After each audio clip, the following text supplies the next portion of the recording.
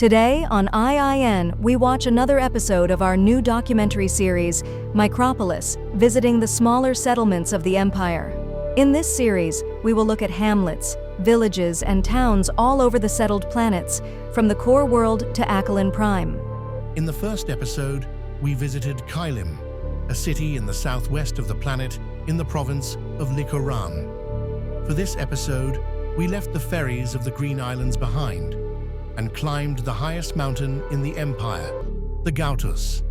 At an altitude of around 5,200 meters, snow is present year-round, and temperatures rarely exceed 4 degrees above freezing. We have been traveling on the transcontinental train for 2 days and finally arrived at Mikhus, the highest city in the Empire. Mikhus has existed as a city since 800 years before the Unity, and was founded by House Mizwell to control the long pass over the Gautus. The pass was discovered during the exploration of silver deposits and was exclusively controlled by House Mizwell until the founding of the Empire. Around 62,000 subjects live and work in Mikhus, primarily belonging to the houses of Mizwell, Aphorian, and Rerat. Mikhus is not only the provincial capital of the Gautus province, but also remains the ancestral seat of House Mizwell.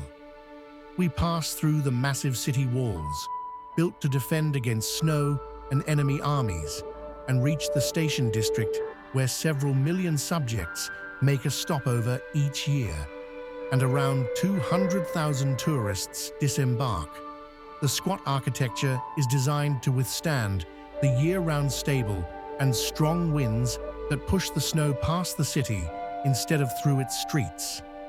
Low-lying, partially covered walkways, protected against wind and cold, and a single, narrow subway line are the only means of transportation here. Only the authorities and the hospital have hovercrafts. In the narrow alleys that wind along the pass, you'll mostly find inns and artsmiths today. In earlier times, they were primarily repair smiths who mended the carriages after the long journey up the mountain. The famous silver mine of Mikhus, where House Mizwell developed its mushroom-based blasting technique, has been preserved as a museum since the silver deposits were exhausted in the year 50 after the unification.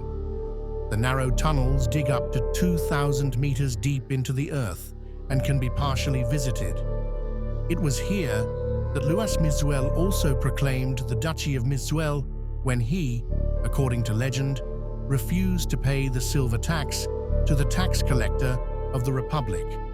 Whether the story is true or not, we can no longer confirm, but it lives on in the minds of the inhabitants here.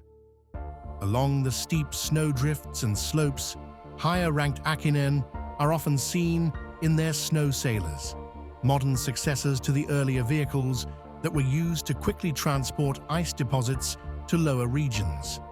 The route to the lower settlements in the province of Rekit could be covered in record time, while the return journey required animal-drawn carts to laboriously bring the snow sailor, along with new supplies, back to the pass. In every summer, up to 30 round trips could be made by ice sailors. Every 2 years, the Gautus race is still held here, where snow sailors compete to win the Silver Sail Trophy donated by House Mizwell. Snow sailing has now become a popular tourist attraction, which even the Empress's sister occasionally enjoys. Due to its high altitude, House Iranian-Het established an astronomical research group in Mikhus in the year 140 after the unification. Over the years, this led to the creation of the famous Mikhus astronomical telescope, which was used to make precise measurements of the distance between our suns, Akini Primaris and Akini Secundus, and to discover the moons of Ilhet and Anhet. The historic telescope has been preserved for posterity, though a stellar sensor unit is still housed here, collecting vital data for commercial fold jumps within the solar system. The height and winds of the city have also made the Pillar of Light of Mikhus famous. Until the construction of the orbital elevator, the pillar was the tallest building in the entire empire. Before the installation of modern gas burners, up to 10 devotees of the orders were simultaneously responsible for keeping the flame on the pillar alive, even during the fiercest storms. Over the centuries, dozens of devotees are said to have been injured or killed in this service. From the pillar, we head to the old customs district of the city, where the streets are wider to accommodate the carts from the lowlands. The old loading platforms above the streets have now been converted into residential units, primarily housing the immunai and nobility. Here you'll find the highest Vigilia station on the planet. The station's Levi's informs us that aside from begging, the most common crime in Mikhus is breaking into closed tourist attractions. Up to 100 subjects per year, mostly intoxicated, attempt to descend into the silver mine, even during heavy snowfall. The weather also plays a role in another unique feature of the city. Mikhus is the only city on the planet for which a year-round lodging order from the crown applies. All subjects and businesses are required to provide shelter to anyone caught in a snowstorm. The weather conditions up here can change within minutes, and the temperature can drop to as low as 17 degrees below zero, even in midsummer.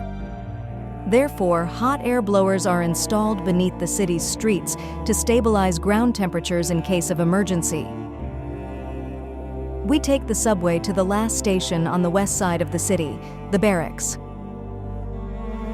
Founded in the year 200 after the unification, it is home to a training base for the Imperial Army. Each year, around 1,000 recruits are trained here in extreme weather conditions and practice combat operations in snowstorms and mountain warfare. The maintenance and repair of hover tanks in these conditions also present the recruits with special challenges. A pleasant diversion is participating in the Gautis race, as the barracks have their own snow sailor. The last group of recruits to win the Gautis race 50 years ago was rewarded with 50 days of special leave in addition to the silver sail. Our last stop in the mountains takes us to the edge of the city. Here, near the West Gate, the Nika Theater is built directly into the city wall. The theater, easily accessible via the more sheltered paths of the city, was for centuries the main source of entertainment for the population, especially during Nivalis, the darkest and coldest tertial here.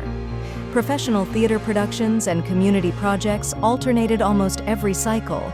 Even today, theater is still a popular and frequent activity in Mikhus. During the winter solstice, alongside traditional neighborhood festivals, the great epic The Tower at the End of the Road has been performed here for over 200 years, attended by everyone from the magistrate to the lowest house ranks during the celebrations. With this, our visit to Mikhus comes to an end. In just a few days, daylight will disappear for many cycles, and we leave the pass at dusk by train, heading east to Iron Wing, the famous fortress city that built a fleet under siege during the Unification War.